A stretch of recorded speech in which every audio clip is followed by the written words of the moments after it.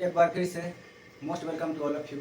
Again, the session is very important and special because we are going to discuss CBS question paper of this year 2024. Uh, Again, you have CDS examination in the month of September, so I would like to wish you all the best for your upcoming examination so that you can do wonderful and get excellent mark so that you can be selected in merit. So wish you all the best again. Now let's start the question. Here you can see the heading is spotting errors. हमारे CDS के paper जो 2024 अप्रैल में हुए थे उसमें CDS के 10 question common errors के आए हुए थे। यहाँ पे मेरे पास क्वेश्चन है, आप देख सकते हैं। स्पॉटिंग एरर्स का 10 क्वेश्चन हम लोग आज की सेशन में करने जा रहे हैं। और जो लोग कर चुके होंगे और जो NDA के स्टूडेंट ये सोचते होंगे कि ये तो CDS का क्वेश्चन है, हम लोग NDA के स्टूडेंट क्यों करें। याद रखिएगा, NDA हो या CDS, एरर्स ग्रामर में कोई पार्टीशन नहीं है, डिवीज़न नहीं है। सबको कंसेप्ट के ऊपर वार करना है, कंसेप्ट को समझना है। क्योंकि ये कहा जाता है ना, पता नहीं किस रूप में नारायण मिल जाएंगे। तो किसी रूप में आपके एग्जाम में इस फॉर्म में या उस फॉर्म में एरर आ सकता है। कंसेप्ट का मेन लड़ाई है, तो यानी कि ध्यान रखेंगे, हमारा कंसेप्ट हमारा सुपीरियर चीज़ होता है और इसको अपने ध्यान में रखना होता है। एरर्स जो लोग ज़्यादा प्रैक्टिस करते हैं उसको ज़्यादा नॉलेज होता है। हम लोग क्या करते हैं ना, सिलेबस पढ़ के थोड़ा बहुत पढ़ करके एग्जाम देने चले जाते हैं। सिलेबस पढ़ना नेसेसरी है, नो डाउट, लेकिन सिलेबस से कहीं ज़्यादा, कितने गुना ज़्यादा प्रैक्टिस करना जरूरी है, ये बात आपको समझनी चाहिए। क्योंकि प्रैक्टिस करके जाने से होता ये है कि एग्जाम हॉल में जो क्वेश्चन आता है लगता है कि ये क्वेश्चन मेरा अपना है। नहीं तो हम बार बार बोलते हैं कि आपके एग्जाम में क्वेश्चन आपको अपना सा नहीं सपना सा लगेगा, क्योंकि आप अच्छा से प्रैक्टिस करके गए ही नहीं हैं। लगेगा कि कहाँ से क्वेश्चन आ गया है, लाइफ में कभी ऐसा क्वेश्चन नहीं पढ़े थे। ठीक है, तो the more you practice the better chances you have to get experience and get selected in your competitive examination, because the question that you are going to solve in the examination hall seems as if you are studied it earlier. Otherwise you become nervous, confused and perplexed in the examination hall. ठीक है, तो इस type के situation आ जाते हैं कि exam में लगता है कि इतना पढ़ाई किए कहाँ से क्वेश्चन आ गए। तो let's start the topic here. यहाँ पे देखिएगा आपको कैसे बताते हैं बहुत शानदार तरीका से।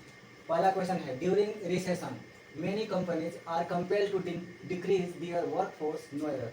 अब ये हमारे एग्जाम में आए हैं, अब हम लोग हर टॉपिक को एनालिसिस करेंगे। देखिए, ड्यूरिंग रिसेशन, रिसेशन के दौरान। अब एक बात हम ऑलरेडी बताते हैं कि ग्रामर जो है मीनिंग पर डिपेंड है मीनिंग ग्रामर पर डिपेंड नहीं है। ग्रामर एक महान चीज़ है, नो डाउट, लेकिन ग्रामर से ज़्यादा महान मीनिंग होता है। अगर जिस दिन आपको मीनिंग के मतलब समझ में आ जाएंगे, मीनिंग के क्या इंपॉर्टेंस होते हैं, वो दिन ग्रामर और मीनिंग आपका कोलैबोरेशन सही चलेगा और आप जंग जीत जाएंगे। और जंग ही नहीं जीतेंगे, बहुत हाई क्वालिटी जंग जीतेंगे, मतलब बहुत मेरिट वाला।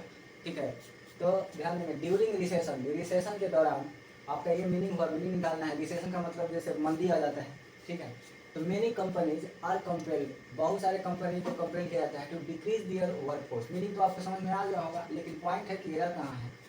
अब यहाँ पे देखिए, मेनी प्लूरल वर्ड है, तो आपको इस सिंगुलर प्लूरल का ग्रामर में विशेष ध्यान रखना है कि कौन सा वर्ड सिंगुलर है, कौन सा वर्ड प्लूरल है, क्योंकि 50% चांसेस ज़्यादा सिंगुलर प्लूरल से होता है, तो ग्रामर बिना सिंगुलर प्लूरल से नहीं होगा। मेनी कंपनी प्लूरल वर्ड है, तो आर, जानते हैं कि सब्जेक्ट प्लूरल होता है तो वर्ब भी प्लूरल होंगे, तो आर होगा। कंपेल्ड पैसिव वॉइस है, तो मेनी कंपनीज को क्या किया गया, कंपेल्ड किया गया, मतलब उसको बाध्य किया गया, उसको फोर्स डाला गया। देख भाई, टू डिक्रीज, कि तुम डिक्रीज करो दियर वर्कफोर्स, अपने वर्कफोर्स करते हैं। यहाँ पे 2 + V1, 2 के बाद V1 सही है, डिक्रीज का मतलब कम करना, और दियर भी सही है क्योंकि दियर जस्टिफाई करता है मीनिंग को। जब भी सब्जेक्ट प्लूरल हो तो दियर का यूज करेंगे, यहाँ इट्स और हिज और हर का यूज नहीं करेंगे। हम एक्स्ट्रा समझा रहे हैं, बैंकिंग का एग्जाम हो, CAPF का एग्जाम हो, CDS हो या कोई भी कॉम्पिटिटिव एग्जामिनेशन हो, तो आपके एग्जाम में इस तरह का एरर आता है, ध्यान रखें। तो दियर बिल्कुल सही है, वर्क फोर्स भी बिल्कुल सही है। लेकिन अब रही बात एरर कहाँ है, तो एरर ए में हुआ है, ड्यूरिंग रिसेशन। देखिए, पूरे सेंटेंस का जो भार है, जो दबाव है, जो इम्फेसाइज है, वो सब किस पे पड़ रहा है, इस पे। जोर हम लोग क्या करते हैं, जोर दबाव डाल के किसी वर्ड पे बोलते हैं कि ड्यूरिंग रिसेशन, रिसेशन के दौरान क्या क्या होने वाला है, क्या होगा। तो duration, many companies are compare to decrease, बहुत सारे कंपनी अपने वर्क फोर्स को डिक्रीज कर देते हैं। कब डिक्रीज करते हैं, तो रिसेशन के दौरान। ठीक है, तो रिसेशन पे दबाव पड़ रहा है। आर्टिकल में नियम है कि जब हम किसी नाउन पे या किसी वर्ड पे इम्फेसाइज करते हैं, दबाव डालते हैं, तो आर्टिकल द का यूज करते हैं। आर्टिकल में 3 वर्ड है, ए एन और द। ए एन यहाँ यूज नहीं कर सकते, यहाँ द का यूज करेंगे कि पूरे सेंटेंस का जो एम्फेसाइज है, दबाव है, जोर है, तोड़ है, वो सब किस पे पड़ता है? रिसेशन पे। इसलिए इसके पहले क्या आएंगे? द। ठीक है। During the recession many companies are compelled to decrease their workforce. तो आपको फर्स्ट क्वेश्चन समझ में आ गया होगा। तो आर्टिकल का भी आप विशेष ध्यान रखिएगा कि द आर्टिकल का यूज वहाँ करते हैं जब कोई वर्ड पे विशेष लोड दिया जाए। अब इससे रेफरेंस में हम अगला क्वेश्चन कराते हैं, या आपको यहाँ स्पेस नहीं है बता के समझाते हैं। मान लीजिए कि एग्जाम में क्वेश्चन आ जाता है कि यहीं पे समझा देते हैं। यहाँ पे देखिए कहते हैं कि boy whom you met is my brother. जरा इस क्वेश्चन को ध्यान से समझिएगा। अब आपको इस क्वेश्चन में क्वेश्चन करा कर दे देते हैं ताकि आपको पेपर में कुछ हिंट मिल जाए, हेल्प मिल जाए। जरूरी नहीं है कि हम खाली सीरियस वाला करते हैं, हम अलग अलग ढंग से डिफरेंट स्टाइल से कंसेप्ट पे वार करेंगे, और जो कंसेप्ट के वार जीतता है वो हर जगह का वार जीतेगा। यहाँ पे देखें boy whom you met is my brother. अब पेपर में आ जाएगा कि कहाँ एरर है, ए में है ना, बी में या सी में या नो एरर। तो आपको देखिए किस नाउन पे जोर पड़ रहा है। यहाँ पे बॉय नाउन है, इस पे दबाव पड़ रहा है। कहता है जरा हिंदी निकालिए, इसलिए कहते हैं ना मीनिंग।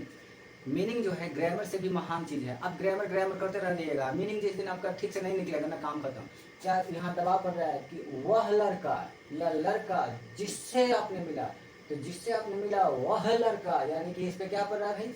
प्रेस पड़ रहे हैं, इम्फेसाइज हो रहा है, दबाव पड़ रहा है। फिजिक्स में एक है ना दबाव डालना, मतलब बल पड़ रहा है इस पे कि जिस लड़का से आप मिले वो मेरा भाई है। तो यहाँ तक आते आते साउंड कम हो गया कि लड़का जिससे आपने मिला वो मेरा भाई है, यानी कि इस पे एम्फेसाइज हो रहा है, इसलिए इसके पहले क्या आएंगे? ए नहीं आएंगे, क्या आएंगे? द। तो ये तो आपको मीनिंग वाइज कंसेप्ट समझ में आ जाए। अब आप आते हैं शॉर्टकट ट्रिक। अब कहते हैं ना कि आप हमको सर शॉर्टकट ट्रिक भी बता दीजिए कि हमको ज़्यादा एक दिमाग पे स्ट्रेस ना पड़े, एकदम जाए एग्जाम में क्वेश्चन देखें क्वेश्चन एकदम ट्रिक से उड़ा दें, है ना। तो यहाँ पे ध्यान दीजिए, WH वर्ड है ना। तो WH वर्ड के पहले अगर कोई भी नाउन हो तो उस नाउन के पहले द का यूज करते हैं, क्योंकि WH वर्ड के पहले जो नाउन होता है उस पर प्रेशर पड़ता है, दबाव पड़ता है, इम्फेसाइज होता है वो। तो आर्टिकल में ये बताया गया है कि जिस नाउन या किसी भी वर्ड पे दबाव पड़े, प्रेशर पड़े, तो उसके पहले द का यूज अवश्य करें। ध्यान रखें कि द ए एन का यूज नाउन के लिए ही होता है ज़्यादा। तो यहाँ नाउन है और यहाँ पे किसका यूज होगा? द। और ट्रिक आपको बता दिया है, यहाँ पे ट्रिक देखिए लिख देते हैं।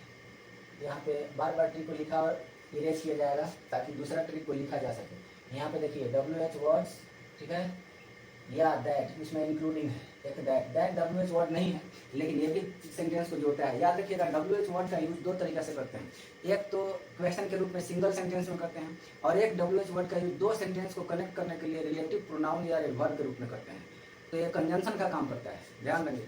तो जब भी WH वर्ड और दैट कंजंक्शन का काम करे, यानी दो सेंटेंस को जोड़े, और ये WH वर्ड और दैट के ठीक पहले याद रखिएगा अगर नाउन आया, क्या आया हो? नाउन। इसके पहले आपको पेपर में ए और एन दे के फंसाएगा। याद रखिएगा कि शिकारी आएगा जाल बिछाएगा, सॉरी शिकारी आएगा दाना डालेगा जाल बिछाएगा, पर फंसना नहीं है, क्योंकि हम लोग प्रैक्टिस करके जाएंगे तो क्यों फंसेंगे। WH वर्ड के पहले अगर नाउन हो, उस नाउन के पहले क्या करेंगे? द। यहीं पे ए एन दे के आपके एग्जाम में पूछेगा, ए एन का यूज नहीं करेंगे। आई होप कि आपको अच्छा समझ में आ गया होगा। तो इसी टाइप का क्वेश्चन है, कहता है कि रिसेशन के दौरान इस पे प्रेशर पड़ रहा है, इम्फेसाइज हो रहा है, इसलिए इसके पहले द होगा। तो चाहे WH वर्ड आया हो या ना आया हो, अगर नाउन पे प्रेशर पड़ रहा है, इम्फेसाइज हो रहा है और नाउन को इम्पोर्टेंस दिया जा रहा है, तो उस नाउन के पहले द का यूज करना एकदम नेसेसरी है, रोका नहीं जा सकता। ठीक है, सेकेंड पे आते हैं। The politicians parted ways due towards ideological differences. अब इसके बारे में हम लोग सोचते हैं, पहले इसको इरेज कर दें थोड़ा, क्योंकि ये भरा भरा सा लगता है ना। और आपको समझा दिए हैं, आप वीडियो को रिपीट करके नॉलेज को बढ़ा सकते हैं। आइए यहाँ पे देखते हैं। The politicians parted ways due towards ideological differences. ये सेकेंडों का क्वेश्चन है, आपको पता चल गया। देखिए पास्ट टेंस है, वेज है, यहाँ पे आप देखिए ड्यू टुवर्ड्स। ये ड्यू टुवर्ड्स कोई फ्रेज या कोई वर्ड नहीं है। आप सुने होंगे ड्यू से वर्ड, ड्यू टू, मतलब कि ड्यू टू का मतलब होता है बिकॉज ऑफ। यहाँ पे फ्रेज पर लिख देते हैं, due to equal to because of के चलते हैं।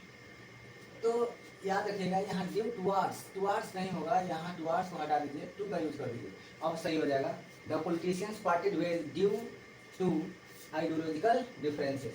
तो ग्रामर है, अब यहाँ पे ग्रामर है, आपका ग्रामर से हेल्प मिल जाएगा, ट्रिक से हेल्प मिल जाएगा, फ्रेज याद किए होंगे उससे हेल्प मिल जाएगा, ठीक है। अब आते हैं हम लोग थर्ड क्वेश्चन पे। थर्ड क्वेश्चन को देखिए, पानी पी लिया जाए।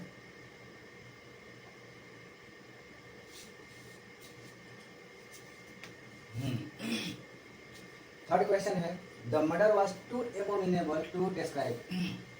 मर्डर जो है बहुत ज़्यादा एबोमिनेबल था कि डिस्क्राइब नहीं किया जा सकता। अभी हम आपको ऑलरेडी बता चुके हैं कि टू एक नेगेटिव वर्ड है। तो बहुत सारे स्टूडेंट क्या करेगा ना, टू देखेगा, टू को सोच लेता है कि भाई टू, दो टाइप के टू होते हैं, TO2 TOO2। TO2 प्रेपोजिशन है और TOO जिसमें दो जीरो हो वो एडवर्ब है। ये टू ग्रामर का निगेटिव वर्ड है, पॉजिटिव वर्ड नहीं है। तो ध्यान रखिएगा, अक्सर टू के बाद ये निगेटिव है तो निगेटिव वर्ड आएगा। एबोमिनेबल एक निगेटिव वर्ड है, इसका मतलब होता है, वर्ड मीनिंग याद कीजिएगा, एबोमिनेबल का मतलब होता है फियरफुल। यहीं पे आपको कुछ समझा देते हैं, वर्ड मीनिंग भी याद कीजिए। Abominable means fearful. अब क्या कर देंगे, हॉरिबल, ठीक है, बड़ा डरावना है, आवफुल, ये सब वर्ड याद रखिएगा। एवफुल तो फियरफुल, हॉरिबल, एवफुल, ठीक है। एबनॉक्सियस, एबनॉक्सियस बहुत हेटिंग है, डिसलाइकिंग है, कुछ वर्ड जगह नहीं है तो आप याद कीजिएगा क्या क्या वर्ड आ गया है। हॉरिबल है, एवफुल है, ऑब्नॉक्सियस है, फियरफुल है, एबोमिनेबल है, ठीक है। तो इन सारे वर्ड को निगेटिव वर्ड कहते हैं। डिसलाइकिंग है, ठीक है, यानी कि लविंग नहीं है, प्लीजेंट नहीं है, ठीक है। इसका एंटोनिम क्या होगा, loving, pleasant, enjoyable, interesting, attractive, ठीक है। तो एग्जाम में हमारे सिनोनिम और एंटोनिम आ जाता है। कभी कभी तो सेंटेंस क्वेश्चन में, कॉमन एरर्स में, ग्लोस टेस्ट में, पैसेज में, कॉम्प्रिहेंशन में टफ वर्ड यूज कर देते हैं। और हम लोग को सबसे दिक्कत क्या है पता है, यही टफ वर्ड में हमारे लिए नेगेटिव काम करता है, क्योंकि हमें याद नहीं रहता है। और जब भी इजी वर्ड आता है तो बड़ा मज़ा सा आता है, लेकिन जब कोई दो चार टफ वर्ड भी सेंटेंस में आ जाएगा, उस सेंटेंस को लगेगा आफत आ गई, भाई क्या आ गया इतना भारी वर्ड, कहाँ से कुछ समझ में नहीं आता। यहाँ तक कि ग्रामर भी खत्म हो जाता है जब टफ वर्ड मीनिंग आ जाते हैं, आपका वो भी सपोर्ट नहीं करता। तो याद रखिएगा कि वर्ड पावर, वोकैब को आपको बढ़ाना चाहिए। वोकैब जितना अच्छा होगा उतना ही आपके लिए अच्छा होगा। तो फियरफुल, हॉरिबल आपको पता चल गया। मर्डर कहता है कि इतना भयानक है कि डिस्क्राइब नहीं किया जा सकता। आपको देखिए ग्रामर का इजीली कंसेप्ट इतना नहीं हो गया होते ना, तो ये चुटकी में आप एरर निकाल दिए होते। आप सबको पता है कि टू के बाद V1 आता है। ग्रामर का कंसेप्ट है, क्या कंसेप्ट है भाई, कि टू कंसेप्ट आपको बताए हैं कंसेप्ट में कि 2 + V1 ये ग्रामर में चलता है। तो टू के बाद देखिए, सॉरी क्वेश्चन में मैंने देखा था डिस्क्राइब्ड, हमसे छूट गया है डी, ठीक है। यह है हमारे क्वेश्चन में डिस्क्राइब। तो अगर डिस्क्राइब ईडी को सही मानना है तो बी लगा दीजिए, पैसिव वॉइस कर देंगे तो ये सही हो जाएगा। या दोनों मोड में ये सही है, 2 + V1 कर दीजिए, टू डिस्क्राइब या टू बी डिस्क्राइब, ठीक है। यहाँ बी लगा देंगे तो ये सही हो जाएगा, यानी कि एरर सी में है। या टू डिस्क्राइब कर दीजिए, टू DSCRIBE, या देखिए टू के बाद V1 का यूज करेंगे। तो हम लोग ऑलरेडी इस क्वेश्चन को किए हुए हैं, इसलिए हमारे दिमाग में याद आ रहा था कि यहाँ पे ईडी है, और नहीं रहता तो बिल्कुल ये क्या है सही रहता। मान लिया कि यहाँ पे बी है तो हम नो एरर मार देते कि the murder was too abominable to describe, कोई दिक्कत नहीं है। अब कहेंगे सर क्या पैसिव में टू भी डिस्क्राइब नहीं होगा, भाई एक्टिव में भी बोल सकते हैं। फॉर एग्जाम्पल अगर हम रिमूव टू को सो में चेंज करते हैं तो कैसे बोलेंगे, the murder was so abominable that one can't describe, हो गया। तो डिस्क्राइब आ गया, एक्टिव वॉइस में भी है सही है, पैसिव वॉइस में भी है सही। तो पैसिव में कैसे बोलेंगे, the murder was so abominable that it can't be described, it can't be described. तो पैसिव वॉइस हो गया। तो पैसिव वॉइस में V3 लगा दिए, और जब एक्टिव वॉइस बनाएंगे तो हम V1 से काम चला लेंगे। तो आपको कॉन्सेप्ट समझ में आ गया होगा कि टू के बाद या तो V1 आएगा या तो बी लगा के हम पैसिव बना सकते हैं। बी के बाद हमेशा याद रखिएगा, आपको एक साथ कैसे कुछ कंसेप्ट समझाइए। तो यहाँ ध्यान दीजिए, 2 + V1 ये एक्टिव का फॉर्मेट है, किसका है, एक्टिव का। इसको हम एक्टिव में यूज करते हैं, ठीक है। और पैसिव में क्या यूज करेंगे, इसी का पैसिव बनाएंगे तो 2B + V3 हो जाता है, ठीक है। यह है पैसिव का कंसेप्ट। तो ध्यान दीजिएगा, एक्टिव में 2 + V1 और पैसिव में 2B + V3, इसमें चेंज किया जाता है। तो 2 + V1 को कोई भी पूछ दे कि पैसिव बनाइए तो 2B V3 कर देंगे, ठीक है। अब एक्टिव पैसिव में क्या डिफरेंस है थोड़ा आपको अंडरस्टैंडिंग के लिए बता देते हैं। एक्टिव वॉइस में जब सब्जेक्ट खुद स्वयं काम करे, एक्टिव हो सब्जेक्ट काम करने में तो उसे एक्टिव वॉइस कहेंगे। लेकिन जब सब्जेक्ट डेड हो, डल हो, मोनोटोनस हो, सब्जेक्ट लेजी लेथार्जिक है, कुछ भी नहीं कर रहा है, तब वो पैसिव सेंटेंस होगा। जैसे हम कह दें कि आई कॉल और आई एम कॉल, इन दोनों में देखिए आई कॉल मतलब मैं एक्टिव हूँ, मैं किसी को बुला रहा हूँ, मैं कॉल कर रहा हूँ, ठीक है, तो आई कॉल यू ऐसे बोल सकते हैं। लेकिन आई एम कॉल्ड का मतलब मैं कॉल नहीं कर रहा हूँ, मुझको बुलाया जा रहा है, मेरा उसमें एक्टिव का कोई रोल नहीं है, ठीक है। तो जब सब्जेक्ट डेड हो, सब्जेक्ट एक्शन में ना हो तो पैसिव वॉइस, जब सब्जेक्ट एक्शन में हो, खुद काम कर रहा है तो एक्टिव वॉइस। तो आपको समझ में आ गया होगा कि ये कैसे बनेगा। तो इसको याद रखिएगा, रिमूवल ऑफ टू में हम लोग टू को किसमें बदलते हैं, सो में। कैसे बोलेंगे, the murder was so abominable, इस टू को किसमें, दैट क्लॉज में। दैट अगर पैसिव बनाना हो तो इट का यूज करेंगे, अगर एक्टिव बनाना हो तो वन का यूज करेंगे। तो क्या करेंगे कि वन कैन नॉट डिस्क्राइब, ठीक है। अब यहाँ पे देखिए डिस्क्राइब, यहाँ पे नॉट आया, क्यों आया, क्योंकि टू को जब सो में बदलते हैं तो इसमें निगेटिव, ये निगेटिव वर्ड है, इसका नॉट का इम्पैक्ट दैट क्लॉज के बाद दिखता है, तो दैट क्लॉज के बाद नॉट का लगाना जरूरी है, तभी सो भी एक निगेटिव वर्ड है और टू भी एक निगेटिव वर्ड है। सो को आप हल्के में मत लीजिए। हम कह देते हैं ना कि the gift is so pretty, हम बोल सकते हैं किसी को the gift was so pretty, तो सो इसलिए कहे थे कि आगे नॉट लगाइए। क्या बोलेंगे, the gift was so pretty that one could not dislike it, ठीक है, तो निगेटिव सेंस में जाता है। अब आइए फोर्थ नंबर में, each new word in this book have a different meaning. ये बहुत इजी है, आपको पता है सिंटेक्स एक बहुत इंपॉर्टेंट टॉपिक है। Syntax is an integral part of grammar, without syntax you think about competition is just like nonsense. तो याद रखिएगा, कंपटीशन के बारे में सोचना अपराध है यदि हमारा सिंटेक्स ठीक नहीं है। सिंटेक्स दो चीज़ों पर फोकस मारता है, सब्जेक्ट और वर्ब का एग्रीमेंट और दूसरा वर्ड ऑर्डर। तो हमेशा आप जब भी सेंटेंस पढ़ें तो सब्जेक्ट और वर्ब के बीच का रिलेशन टच करेंगे, देखेंगे कि यहाँ पे सब्जेक्ट क्या है, इच, ये है सब्जेक्ट, इच न्यू वर्ड, यहाँ से लेकर यहाँ तक सब्जेक्ट है। इन दिस बुक, अब यहाँ करके ये क्या है, ये सब्जेक्ट है, यहाँ पे क्या है, हैव। कोई भी स्टूडेंट समझ जाएगा कि हैव जो है प्लूरल है और हैज सिंगुलर है।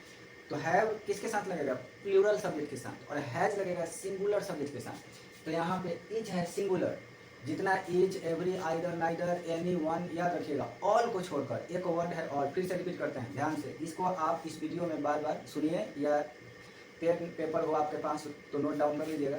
7 वर्ड है, each, every, either, neither, any, one और नन, ये सिंगुलर वर्ड माने जाते हैं।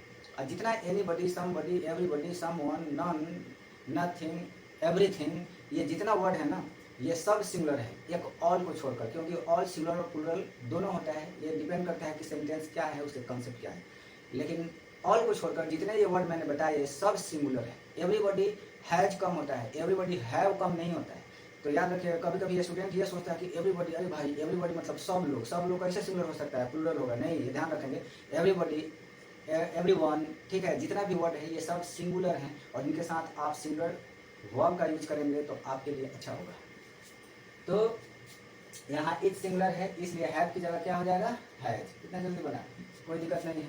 तो इसे क्वेश्चन आपके एग्जाम में आता है, आपके लिए 2 ट्रिक यहाँ पे अभी बता रहे हैं, आप एडजस्ट कर लीजिएगा। 7 word, each, every, either, neither, any, one, none, इनके बाद singular noun plus singular verb आएगा। लेकिन याद रखिएगा, अगर each, every, either, neither, any, one और नन, इन 7 वर्ड के बाद यदि ऑफ आया हो तो नाउन प्लूरल होंगे और वर्ब सिंगुलर होगा, ठीक है। तो पेपर में इससे अनगिनत क्वेश्चन आते हैं बहुत, एनडीए सीरीज वाले बी केयरफुल है फिर, क्योंकि एग्जाम में आपको 4 से 5 कभी ये 7 वर्ड से 2019 एनडीए के पेपर में 5 क्वेश्चन कंटिन्यू आए थे, तो 5 के 20, क्योंकि एनडीए में एक क्वेश्चन 4 नंबर के होते हैं।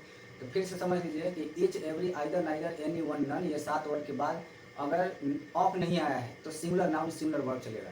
लेकिन इन 7 के बाद अगर ऑफ आ जाए तो नाउन प्लूरल होगा और वर्ब सिंगुलर होंगे, ठीक है। अब यहाँ पे 1-2 सेंटेंस आपको बता देते हैं, समझा देते हैं, ध्यान रखिएगा।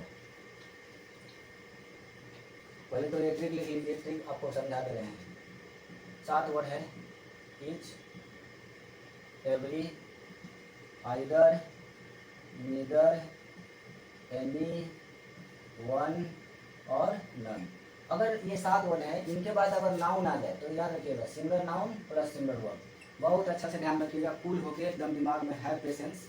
And study carefully with sincerity and honesty. पहला। दूसरा है कि अगर इन 7 वर्ड हम पूरे नहीं लिखेंगे, सिर्फ लिख देते हैं 7 वर्ड्स, ठीक है।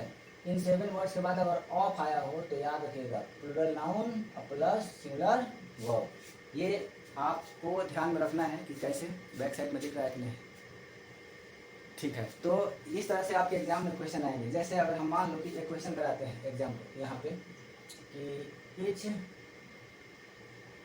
Of the pictures are beautiful.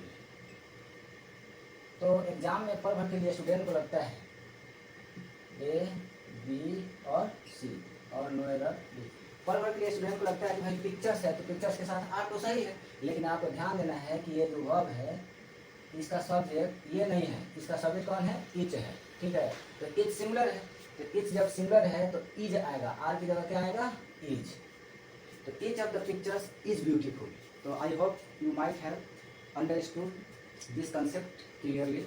Now I am going to erase it, ठीक है, क्योंकि हमें स्पेस बनाना है दूसरे क्वेश्चन को एक्सप्लेन करने के लिए, या जैसा भी हो। चलिए अब हम लोग 5th नंबर क्वेश्चन पे आते हैं। The news regarding the earthquake survivors are very disturbing no error. ये भी क्वेश्चन बहुत आसान है। आपको बताया है कि सिंटेक्स आपको ध्यान रखना है। देखिए ये न्यूज है, सिंटेक्स का वर्ड है, जो इच सिंगुलर वर्ड है। तो सिंटेक्स में सबकी पढ़ाई होती है कि कौन वर्ड सिंगुलर है, कौन से वर्ड प्लूरल है। जो स्टूडेंट सिंटेक्स नहीं पढ़ा हुआ था, ग्रामर की किताब रखे, पढ़ ले उसको, क्योंकि अगर सिंटेक्स पढ़ के जाएंगे तो कम से कम नहीं भी होगा तो 5, 6, 10 क्वेश्चन तक बना सकते हैं। ये न्यूज क्या है, सिंगुलर है, तो सिंगुलर सब्जेक्ट है तो वर्ब क्या होंगे, सिंगुलर होगा। यहाँ देखिए ये वर्ब आर कहाँ से आया। अब बहुत सारे स्टूडेंट यहाँ देखेंगे सर्वाइवर्स, ओहो एस लगा है।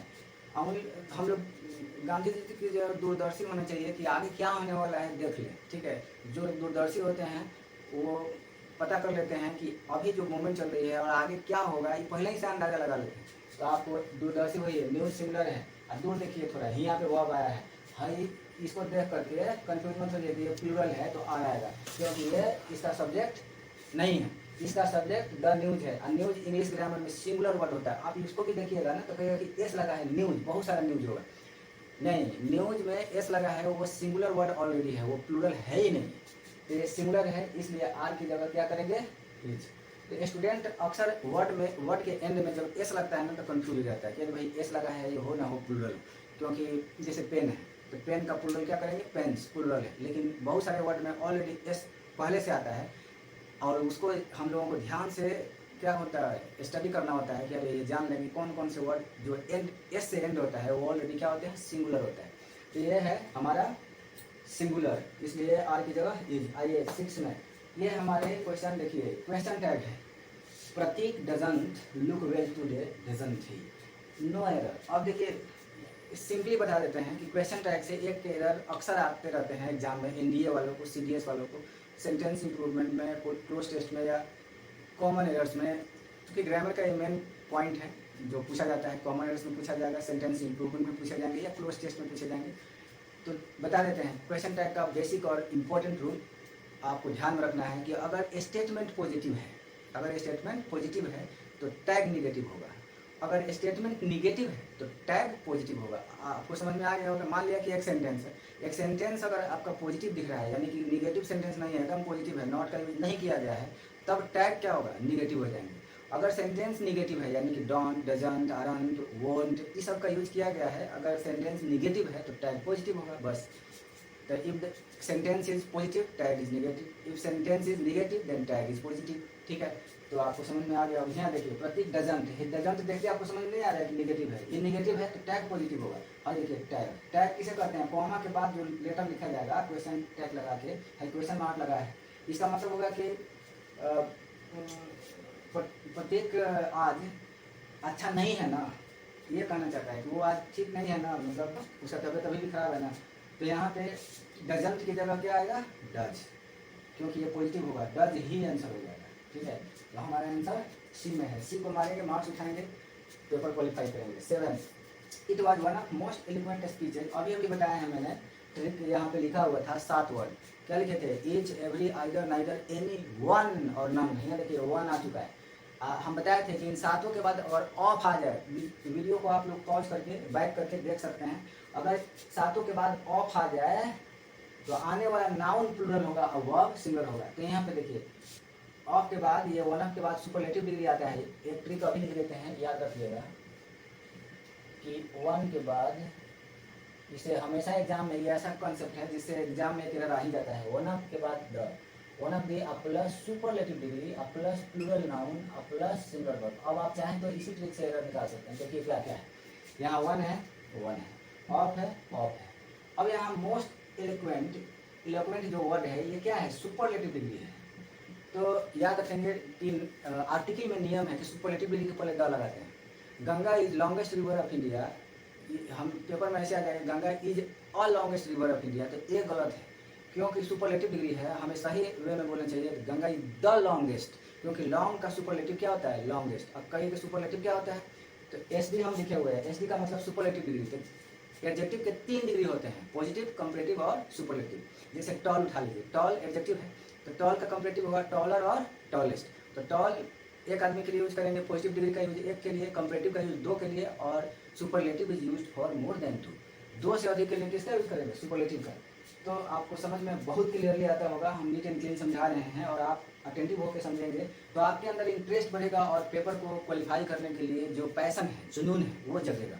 क्योंकि जब तक जुनून नहीं जगता है ना, तब तक हम लोग जुगनू बन के भटकते रहते हैं। तो जुनून और जुगनू में अंतर है। यहाँ पे देखिए वन ऑफ का के बाद सुपरलेटिव डिग्री और प्लूरल नाउन और सिंगुलर वर्ब। अब दिख गया होगा आपको इट वाज वन ऑफ, यहाँ पे देखिए सुपरलेटिव डिग्री है, सुपरलेटिव डिग्री है। अब प्लूरल नाउन, इस पीछे देखिए ये भी प्लूरल नाउन है ना। और सिंगुलर वर्ब, अगर वर्ब आया तो ठीक है, नहीं तो कोई बात नहीं, नहीं आया कोई दिक्कत नहीं। लेकिन आपका एरर सुपरलेटिव के पहले क्या करता है, द। तो ये रहा सुपरलेटिव डिग्री, ठीक है। मोस्ट सुपरलेटिव डिग्री है। एलोक्वेंट का सुपरलेटिव डिग्री है मोस्ट एलोक्वेंट। तो बहुत बार एडजेक्टिव से पहले मोस्ट लगा के सुपरलेटिव और मोर लगा के कंपैरेटिव बनाया जाता है जब एक से अधिक सिलेबल्स का एडजेक्टिव होगा। इस पॉइंट को भी समझाते हैं कि कोई एडजेक्टिव एक सिलेबल्स का होता है, जैसे ऐसा वर्ड जिस एक ही बार में साउंड आ जाए, जैसे ग्रेट। तो ग्रेट बोलते हैं तो ये 1 सिलेबल्स का एडजेक्टिव है। इसका कंपैरेटिव होगा ग्रेटर और सुपरलेटिव होंगे ग्रेटेस्ट। लेकिन अगर कोई एडजेक्टिव एक से अधिक सिलेबल्स का हो, सिलेबल्स मतलब वर्ड, तो कहें सर जैसे एग्जांपल ग्रेट के अलावा तो ग्रेटफुल। अब देखिए ये एक से अधिक सिलेबल्स का है, इसमें 2 वर्ड शामिल है, ग्रेट और फुल। तो जब भी कोई एडजेक्टिव एक से अधिक सिलेबल्स का आया हो तो उसका कंपैरेटिव बनाने के लिए मोर लगाते हैं और सुपरलेटिव लगाने के लिए मोस्ट। जैसे कोई कहा जाए कि ग्रेटफुल, ब्यूटीफुल, ब्यूटीफुल भी 2 सिलेबल्स का है, सिलेबल्स है ब्यूटी प्लस फुल। तो इसका कंपैरेटिव क्या होगा। अब ये नहीं कि टॉल का टॉलर, टॉलेस्ट, ब्यूटीफुल का ब्यूटीफुलर, ब्यूटीफुलेस्ट, ऐसे नहीं करेंगे। ब्यूटीफुल का कंपैरेटिव डिग्री होगा मोर ब्यूटीफुल और मोस्ट ब्यूटीफुल। ये नहीं कि लगे हाथ ब्यूटीफुल में भी ईयर लगा के उड़ा देंगे, ब्यूटीफुल का ब्यूटीफुलर और ब्यूटीफुलेस्ट, दैट इज रॉन्ग, ठीक है। तो नाउ आपको समझ में आ गया होगा कि इसके पहले किसका यूज करेंगे, द का। तो यहाँ पे क्या लगाएंगे, द। तो आपका एरर किस में है, बी में। अब बी में क्लिक करेंगे, सही हो जाएगा। 8 नंबर पे आते हैं, ही suffered from fever when he was interviewed for the job. और आपको पता है कि जब वो इंटरव्यू दे रहा था जॉब के लिए, तब उसको क्या हुआ था, तो कांप रहा था, यानी कि उसको फीवर थी, सफरिंग कर रहा था। याद रखिएगा जब हम कोई बीमारी होता है तो एग्जिस्टिंग प्रोसेस को बताता है, ऑलरेडी हम उसको झेल रहे हैं, हम प्रोसेस में हैं। तो जब भी कोई एक्शन ऑलरेडी प्रोसेस में हो, कंटिन्यू हो, तो कंटिन्यूअस टेंस का यूज करते हैं। अब आपके पास कैंसर है, टीबी है, बीमारी कोई भी बीमारी है, आप उसको झेल रहे हैं। झेले कौन सी, क्या वो पहले झेले, आप रुक गया है, अभी भी है। तो जब कोई बीमारी ऑलरेडी आप क्या कर रहे हैं, एग्जिस्टिंग प्रोसेस में आप उसको झेल रहे हैं, ठीक है। ऑलरेडी वो आपके साथ कंटिन्यू है, प्रोसेस में लगा हुआ है, आप भी जी रहे हैं, आपके अंदर बीमारी भी जी रहा है, तो कंटिन्यूअस टेंस, ठीक है। I am living and suffering from fever, या he is living and suffering from fever. तो याद रखेंगे कि फीवर है तो झेल रहे हैं। उस समय जैसे हम इंटरव्यू दे रहे थे तो उस वक्त तो हमें फीवर तो था ना, हम अंडर प्रोसेस थे। और जब भी प्रोसेस का एक्शन प्रोसेस में होता है तो कंटिन्यूअस टेंस का यूज करते हैं। तो यहाँ पे ये एरर है, he was suffering, he was suffering हो जाएगा भाई साहब, ठीक है। 9 नंबर में आते हैं, these equipments must have cost of Fortune. ये फ्रेज है, कॉस्ट ऑफ फॉर्च्यून का मतलब होता है ज़्यादा कीमती, बहुत मूल्यवान वस्तु, है ना। तो these equipments must have cost a Fortune. तो इन जो इक्विपमेंट्स हैं इसका दाम बहुत ज़्यादा है क्या बता सेंस दे रहा है। अब बताइए कि इसमें स्टूडेंट कोई क्वेश्चन में दाम नहीं है, लेकिन बहुत पल के लिए स्टूडेंट कंफ्यूज होगा कि यार सही तो लग रहा है, लेकिन याद रखिएगा हेरिटेज लगा है, इसके बाद आने वाला नाउन प्लूरल होता है नो डाउट, लेकिन कुछ नाउन इंग्लिश ग्रामर में ऐसे हैं जो बिना एस के ही प्लूरल माने जाएंगे और सिंगुलर भी माने जाएंगे। तो याद रखिएगा हर इक्विपमेंट्स वर्ड हैं इसको कभी प्लूरल नहीं बनाना चाहिए, हमेशा सिंगुलर वर्ड है। तो यहाँ दीज इक्विपमेंट्स की जगह दिस इक्विपमेंट कर दीजिए। अगर दीज ही लिखना है तो दीज पीसेज ऑफ क्या लिखेंगे इक्विपमेंट। तो आपका एरर वही है, कभी भी इक्विपमेंट में क्या नहीं लगाते एस नहीं लगाएंगे। सही कर लीजिएगा तो ऐसे सही कीजिएगा दीज पीसेज ऑफ इक्विपमेंट, ठीक है। या किसी हाल में आप ध्यान रखिएगा इक्विपमेंट से एस को हटा देना है। अब कहेंगे सर कौन कौन से वर्ड हैं जिससे एस को हटा देते हैं, तो याद रखिएगा उसको रिपीट करने जा रहे हैं इस क्वेश्चन में, आपके एग्जाम के लिए बेनिफिशियल होगा। सुनिएगा ध्यान से। जैसे कुछ वर्ड हैं जिनके एंड में कभी भी एस और ईएस ऐड नहीं करना चाहिए, वो वर्ड है information, furniture, equipment, poetry, scenery, machinery, traffic, electricity, luggage, baggage, ठीक है। ये सारे वर्ड ऐसे हैं जिनमें कभी भी आप एस का यूज ना करें। जैसे ब्रेड है, ठीक है, तो ब्रेड को कभी ब्रेड्स नहीं कीजिएगा। फिर से एक बार रिपीट करते हैं आपके सहूलियत के लिए, आपके बेनिफिट के लिए, एडवांटेज के लिए। तो ध्यान रखिएगा क्या क्या वर्ड है। कुछ वर्ड ऐसे हैं इंग्लिश ग्रामर में जो नंबर के चैप्टर में आता है जिसके एंड में एस और एस का यूज बिल्कुल नहीं करना है, वो बहुत खतरनाक और आपके लिए खलनायक सिद्ध होगा। तो कौन कौन से वर्ड में एस और एस ऐड नहीं करना है वो वर्ड फिर से रिपीट करते हैं, सुनिए। Information, furniture, poetry, scenery, traffic, electricity, machinery और इक्विपमेंट। ये देखिए ध्यान से, इनमें कभी भी एस का यूज नहीं करेंगे, ना ही इनके पहले ए और एन का यूज करेंगे। एक चीज़ और ध्यान रखिएगा, हम एन इक्विपमेंट करेंगे। बहुत बार मन में सोचते हैं कि ई वॉवेल है तो वॉवेल के पहले एन इक्विपमेंट करते हैं कि एन इक्विपमेंट, तो ये भी गलत हो जाएगा क्योंकि इनके पहले ए और एन नहीं यूज करते। ये इक्वल टू अनकाउंटेबल है और अनकाउंटेबल नाउन के पहले ए एन का यूज नहीं करते। द चल सकता है, दिज चल जाएगा, लेकिन ए एन का यूज बिल्कुल नहीं करेंगे, ठीक है। तो प्लूरल भी नहीं बनाना है, ना ही इनके पहले ए एन का यूज करना है। आपको ये समझ में आ गया होगा। आइए 10 नंबर पे, she forced herself to it. अब ध्यान दीजिएगा, सी फोर्स V2 है, पास्ट इंडेफिनिट टेंस है, हरसेल्फ लगा है। तो कभी भी याद रखिएगा फोर्स एक ट्रांजिटिव वर्ब है। इसको कौन वर्ब कहते हैं? ट्रांजिटिव। बहुत सारे सेंटेंस होते हैं, आपको ट्रांजिटिव और इंट्रांजिटिव वर्ब पहचानना होगा। ये कभी पहचाने जब आप खूब प्रैक्टिस करेंगे। जैसे टेल ट्रांजिटिव, ठीक है। मीट MEET, मीट मतलब MEAT दूसरा वर्ड होता है, उसको मीट कहते हैं, इसको मीट, ठीक है। तो मीट मीन्स मिलना, मिलने वाला सेंस को हम बता रहे हैं। ये सब ट्रांजिटिव वर्ड है। जैसे टेल क्या है? ट्रांजिटिव है। हम आई टेल कह के रुक नहीं सकते। आई टेल यू ऑब्जेक्ट देना पड़ेगा। अगर ऑब्जेक्ट नहीं है तो आई टेल माई सेल्फ, मैं खुद को कहता हूँ, क्योंकि आपको रिफ्लेक्सिव प्रोनाउन देना पड़ेगा। तो ध्यान दीजिएगा, ट्रांजिटिव वर्ड उस वर्ड को कहते हैं जिसके बाद ऑब्जेक्ट का आना जरूरी होता है। तो इससे आपके एग्जाम में 1-2 क्वेश्चन आएगा, इसको समझा देते हैं यहाँ पे लिख करके ध्यान से, बहुत इंपॉर्टेंट है बहुत। जैसे एग्जाम में ये फोर्स कैसा वर्ब है? Transitive verb. तो ट्रांजिटिव वर्ब ऐसे वर्ब है जिसके बाद ऑब्जेक्ट का देना जरूरी होता है। अगर ऑब्जेक्ट ना हो तो सब्जेक्ट के अकॉर्डिंग रिफ्लेक्सिव प्रोनाउन का यूज करेंगे। हरसेल्फ रिफ्लेक्सिव प्रोनाउन है। जैसे सी का रिफ्लेक्सिव प्रोनाउन हरसेल्फ, तो आई का reflexive pronoun my self, you का रिफ्लेक्सिव प्रोनाउन योर सेल्फ। तो इसी तरह से अगर ऑब्जेक्ट ना हो तो रिफ्लेक्सिव प्रोनाउन दे के मेंटेन करते हैं। तो बिल्कुल सही है, ट्रांजिटिव वर्ब के बाद हरसेल्फ रिफ्लेक्सिव प्रोनाउन है, टू इट नो एरर, कोई एरर इसमें नहीं है। लेकिन सबसे मोस्ट इंपोर्टेंट ट्रिक जो बताने जा रहे हैं ध्यान रखिएगा। जैसे मान लीजिए आपके एग्जाम में बार बार ये क्वेश्चन आ जाता है कि you should avail of this opportunity. यह क्वेश्चन न जाने कितनी बार एनडीए, सीडीएस, एसएससी, बैंकिंग में पूछ दिया है। अब देखिए कहेगा कि ए में एरर है, कि बी में एरर है, या सी में है, या नो एरर है। तो हम लोग को पेपर में फंस जाते हैं। याद रखिएगा, अवेल के साथ ऑफ का यूज करते हैं, बिना ऑफ का अवेल नहीं आता। अवेल ऑफ का मतलब होता है लाभ उठाना, to take the advantage of, किसी भी अपॉर्चुनिटी या किसी भी चीज़ का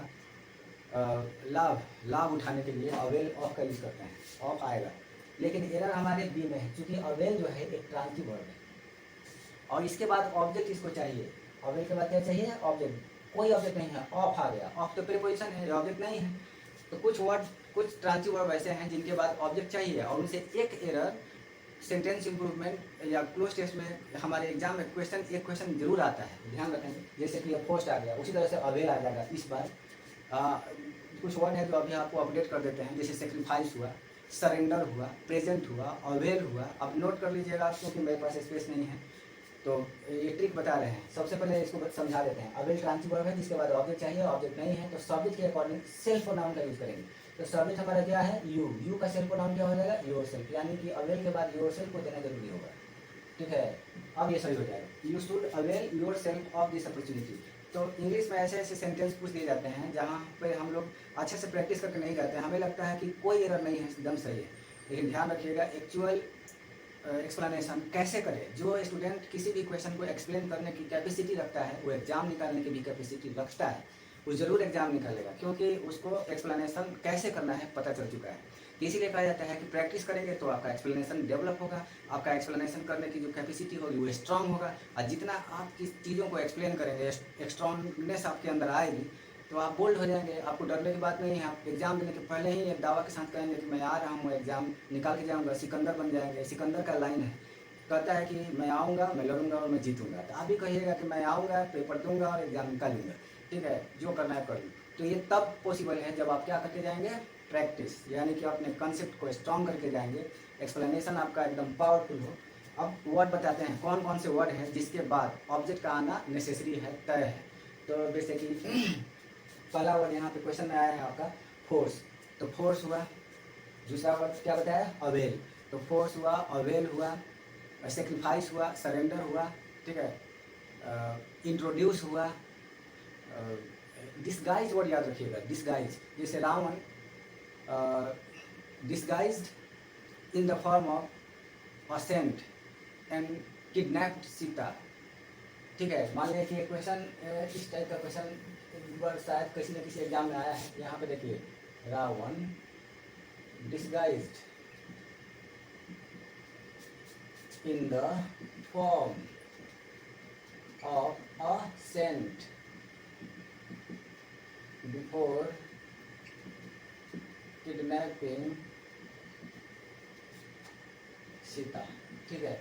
अब देखिए, आपको पता है रामायण देखे ही होंगे कि रावण ने सीता जी को किडनैप करने के पहले अपने आप को क्या किया था? साधु के वेश में आया था। तो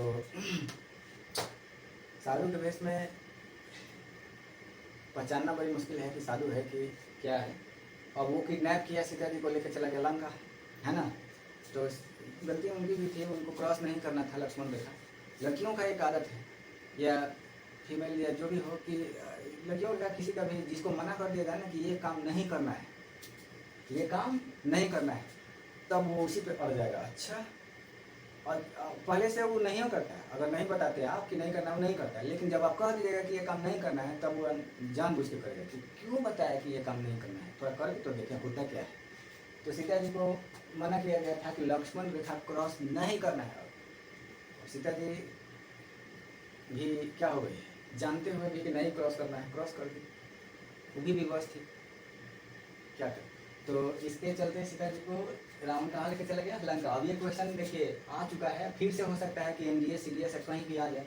तो आपको कंसेप्ट याद हो गया कि कुछ ट्रांजिटिव वर्ब हैं जिसके बाद ऑब्जेक्ट का आना जरूरी है, जैसे डिस्गाइज हुआ, सेक्रीफाइस हुआ, सरेंडर हुआ, प्रेजेंट हुआ, ठीक है, अवेल हुआ, फोर्स हुआ, ठीक है। इनके बाद ऑब्जेक्ट आएंगे। अगर ऑब्जेक्ट नहीं हो तो सब्जेक्ट के अकॉर्डिंग रिफ्लेक्सिव प्रोनाउन का यूज करेंगे। तो देखिए, डिस्गाइज, डिस्गाइज के बाद इन आ गया है। क्या इन ऑब्जेक्ट है कि प्रेपोजिशन है? In, at, with, by, for, from, ये सब प्रेपोजिशन है, ऑब्जेक्ट है ही नहीं। ऑब्जेक्ट कोई व्यक्ति या वस्तु होता है, तो ऑब्जेक्ट नहीं आया। अभी चिल्ला चिल्ला के डिस्गाइज कह रहा है कि भाई मेरे को ऑब्जेक्ट दो, मेरे को ऑब्जेक्ट दो, क्योंकि मैं डिस्गाइज हूँ, मैं बिना ऑब्जेक्ट को एक सेंटेंस में नहीं आ सकता। फोर्स हुआ, डिस्गाइज हुआ, सरेंडर, सेक्रीफाइस, ये सारे वर्ड बिना ऑब्जेक्ट के नहीं आते हैं। जैसे आप लोग इंटरव्यू देते हैं कहीं भी, ऐसे लगभग पूछ देता है या इंट्रोड्यूस करते हैं, तो बोलते हैं ना कि before I start my class I would like to introduce myself to you. तो इंट्रोड्यूस के बाद माई सेल्फ क्यों लगाएं? क्योंकि माई सेल्फ ऑब्जेक्ट का काम कर रहा है। इंट्रोड्यूस के बाद अगर माई सेल्फ हटा दीजिएगा, सेंटेंस डल, डेड और मोनोटोनस हो जाएगा, गलत हो जाएगा। तो इसी तरह से डिस्गाइज के बाद ऑब्जेक्ट देना पड़ेगा। तो यहाँ ऑब्जेक्ट नहीं है तो सब्जेक्ट क्या है? रावण। रावण के मेल है, मिल के निकालेंगे, ही का रिफ्लेक्सिव प्रोनाउन क्या हो जाएगा? हिम से। यानी कि आपका यहाँ पे क्या देना पड़ेगा? himself, क्या बोलेंगे, Ravan disguised himself in the form of a saint before kidnapping Sita. तो आपको कुछ एक्स्ट्रा कॉन्सेप्ट भी मैंने समझाया इस क्वेश्चन में। जरूरी नहीं है कि केवल हम क्वेश्चन ही करेंगे, इसके रेफरेंस में अगर अलग ढंग से क्वेश्चन करते हैं तो हमारा कॉन्सेप्ट बहुत स्ट्रांग होता है। ये कहा जाता है कि comparison and analysis are the chief tools of criticism. अगर क्रिटिसिज्म करना है तो कंपेरिजन और एनालिसिस करके करेंगे। जो जितना कंपेरिजन करेगा, अब मान लीजिए कि इस क्वेश्चन का कंपेरिजन, एक क्वेश्चन उठाया मैंने, कौन सा था, फोर्स। अब फोर्स से हमने कंपेरिजन कर दिया सारे ट्रांसिटिव वर्ब का कि भाई फोर्स ट्रांसिटिव वर्ब है। अब हम एक एक क्वेश्चन करते जाए, लग रहा है कि क्वेश्चन पढ़ा रहे हैं। अरे इससे रिलेटेड अगर कंसेप्ट आपके पास है, या कोई भी टीचर्स हो, कोई भी एजुकेटर्स हो, अगर उसके पास एक्स्ट्रा नॉलेज है और अच्छा से एक्सप्लेन करने की कैपेसिटी है, तो इसके अपार्ट फ्रॉम इट कुछ अलग टाइप का क्वेश्चंस भी बता दें जो कि हेल्पफुल हो और एग्जाम में हम पेपर को आसानी से कर पाएँ। क्योंकि हम तो ये खाली पोस्ट करके जाएंगे तो कुछ नहीं होगा। तो फोर्स्ट क्या क्या बताया मैंने, फोर्स्ट हुआ, फोर्स हुआ, प्रेजेंट हुआ, एब्सेंट हुआ, सरेंडर हुआ, सेक्रीफाइस हुआ, इंट्रोड्यूस हुआ, ठीक है, डिस्गाइज हुआ और वेल हुआ। ये ऐसे वर्ड हैं जिनके बाद ऑब्जेक्ट चाहिए। अगर ऑब्जेक्ट नहीं आएगा तो गलत हो जाएंगे, और ऑब्जेक्ट ना हो तो आप ऑब्जेक्ट रखेंगे अपने तरफ से रिफ्लेक्सिव प्रोनाउन बना के। वो किसका, सब्जेक्ट का। सब्जेक्ट का रिफ्लेक्सिव प्रोनाउन ऑब्जेक्ट के रूप में रखिए, ये सही हो जाएगा। तो यहाँ देखिए सब्जेक्ट रावण है, इसका रिफ्लेक्सिव प्रोनाउन हिमसेल्फ होगा। हिमसेल्फ यहाँ रख देंगे, Ravan disguised himself in the form of a saint before kidnapping Sita. ये बिल्कुल सही होगा।